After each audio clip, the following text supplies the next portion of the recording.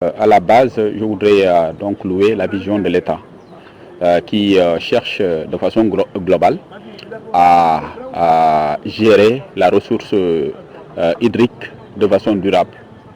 Vous savez, nous sommes une île de façon géographique parce que nous était le raccordement à partir du pont de Katakalous et de Diaken avec la terre ferme, on aurait fonctionné carrément comme une île.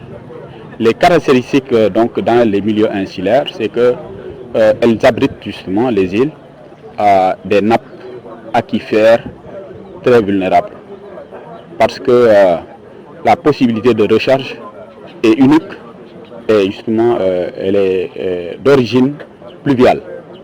Il se trouve qu'aujourd'hui, avec le contexte de changement climatique qui se manifeste doublement par le phénomène de diminution des pluies et donc le réchauffement climatique qui donc entraîne des phénomènes d'évaporation et donc de perte d'eau très intenses, la collectivité a été encore plus dans une situation de stress hydrique, pour ne pas dire de vulnérabilité.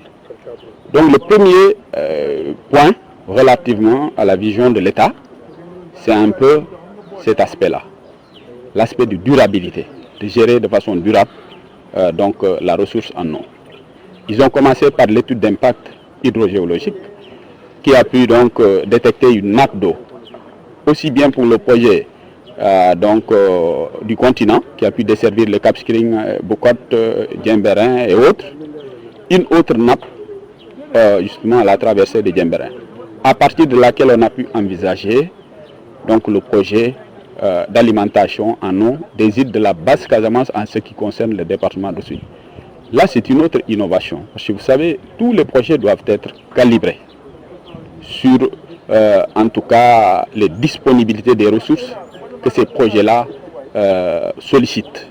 La ressource aquifère de la commune de Djemberin a été qualifiée de favorable pour le projet, au point de vue quantité, mais surtout qualité.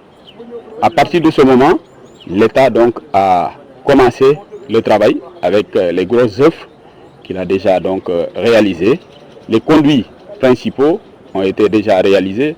La traversée des Bolons à travers une autre vision que je voudrais donc notifier devant vous, l'immersion des Bolons, c'est-à-dire qu'on a fait descendre les tuyaux dans les fonds des chenaux principaux des Bolons et bras de fleuve, de sorte à ne pas perturber du tout les questions de circulation, de navigation fluvio-maritime, parce qu'elles sont très intenses également chez nous. Ça, c'est un autre aspect de la vision de l'État. Mais l'autre aspect qu'il faudrait louer encore, c'est le matériel, ou plutôt les matériaux sollicités pour réaliser ce projet-là de façon à le pérenniser. Il nous a été dit que les tuyaux PVC qui ont été sollicités sont des tuyaux bien dédiés qui peuvent donc résister aux conditions spéciales liées à la question des îles et surtout le sel, avec justement les possibilités d'altération qu'il peut donc induire relativement au matériel. Donc ça c'est vraiment une autre dimension du projet que je voudrais donc saluer. Alors tout cela, je le dis parce que je suis maire. Vous savez, depuis quelque temps, on doit avoir des maires d'une autre génération à la tête des collectivités territoriales. L'article 110, c'est lui qui revient sur la mission du maire, qui est d'être le garant de la mise en œuvre dans sa commune de toutes les initiatives liées à la politique de développement socio-économique de la collectivité territoriale initiée par le gouvernement.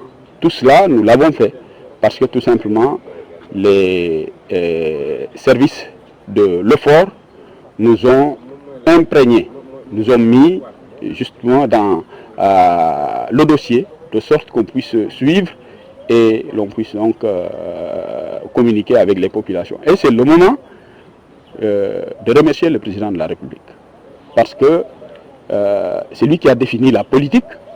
Après, il a délégué des pouvoirs à ses autres collaborateurs. Le ministre de l'Hydraulique et de l'Assainissement, il ne faut pas l'oublier dans le coup, depuis Mansour Faye qui est venu déjà commencer avec nous le projet, jusqu'à Selim Baïtiam qui est là aujourd'hui.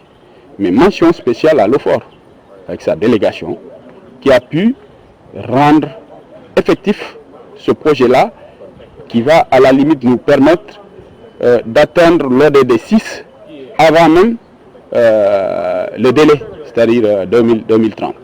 Aujourd'hui, les questions d'alimentation universelle en eau potable dans la zone de Diembéring seront effectives, Inch'Allah, en début d'année 2022. Je voudrais vraiment les remercier au nom des populations dont je préside au Dessiné, et les gens de l'OFOR. Vous remerciez vous tous parce que vous allez nous permettre justement de visualiser les projets de l'État par rapport à ce qui se fait ici. Il y a également bien sûr les bailleurs, parce que c'est vrai que c'est l'État qui l'a initié, mais après il a été donc sollicité des bailleurs à Bader qui nous ont donc permis de financer donc ce projet-là. Cela dénote, si vous voulez encore, les relations basées sur la confiance entre l'État du Sénégal et ses différents partenaires, aussi bien multilatéraux que bilatéraux. Aujourd'hui, la signature du Sénégal, c'est une signature très crédible.